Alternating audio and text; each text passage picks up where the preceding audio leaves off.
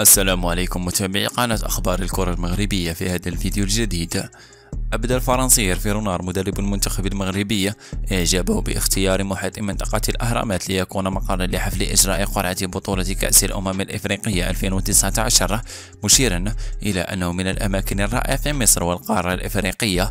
وأشار رونار في تصريحات إعلامية على هامش حضور القرعة إلى أن جميع الفرق التي وصلت للبطولة منتخبات كبيرة وجيدة، وأن الجميع يسعى إلى هدف واحد وهو المنافسة بقوة من أجل الفوز باللقب. وأضاف أن فريقه مثل أي فريق سيبذل قصارى جهده من أجل التتويج بلقب البطولة، معربا عن أمله في أن يكون اللقب من نصيب أسود الأطلس، لأن هدف المنتخب المغربي دائما هو تحقيق الأفضل.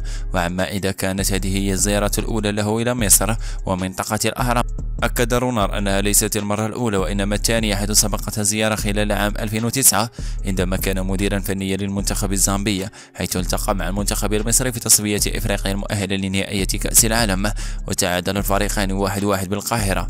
وأشار رونار إلى أن كأس الأمم الإفريقية 2019 تختلف عن النسخ الماضية من البطولة، حيث تضم هذه النسخة 24 منتخبا للمرة الأولى، كما تقام للمرة الأولى في يونيو بدلا من يناير، وهو الأمر يفضله هو كثيرا.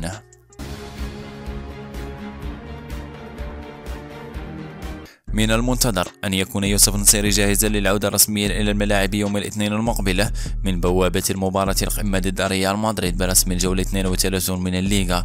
النصيري تعافى كليا من الإصابة في الركبة واستأنف التدريب الجماعي هذا الأسبوع، لكن مشاركته كأساسي ضد الملوك تبقى محك الشك في ظل المخاوف من الرجوع الألم فور أي احتكاك بدني، وبالتالي نهاية موسمه مبكرا. ويرغب المدرب مانويل بيليغرينو في استعادة هدافه بالسرعة والرمي به كورقة هجومية في الديربي المدريدي القادم، إلا أنه سينتظر نهاية الأسبوع الجاري لنيل الضوء الأخضر من الطاقم الطبي والحسم نهائيا في مشاركته.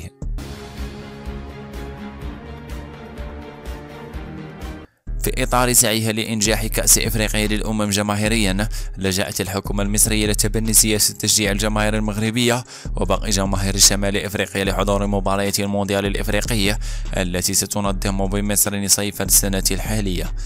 ومن خلال تصريح على لسان وزير الشباب والرياضة المصري منقول عن موقع رسمي لوزارة ذاتها، قال أشرف صبحي: نعتز بأهل المغرب بشكل كبير، وأنا شخصيا أعشق المغرب. هناك توقعات تشير إلى أن هناك 10,000 مشجع مغربي سيحضرون إلى مصر لمتابعة كأس إفريقيا للأمم. هذا مرفوض طبعا، لا يجب أن يتوقف الحضور المغربي عند هذا الحد فحسب، نريد 20 أو 30 ألفا أو أكثر. وتابع الوزير المصري حديثه: المغاربة سيكونون في بلدهم التالي مصر، كما نحن المصريون نكون سعداء جدا ونحن في المغرب.